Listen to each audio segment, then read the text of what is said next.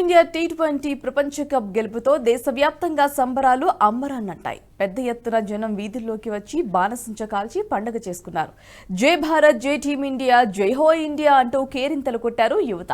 South ఆఫ్రికాతో జరిగిన T20 world cup final మ్యాచ్లో ఉత్కంఠ పోరులో టీమిండియా విజయం సాధించడంతో ఫ్యాన్స్ ఆనందానికి అవధుల్లేకుండా పోయాయి. దీంతో దేశవ్యాప్తంగా క్రికెట్ అభిమానులు సంబరాలు అంబరాన్నంటాయి. ఇక హైదరాబాద్లో వీధి వీధిన టపాసులు పేల్చుతూ ఆనందం వ్యక్తం చేశారు.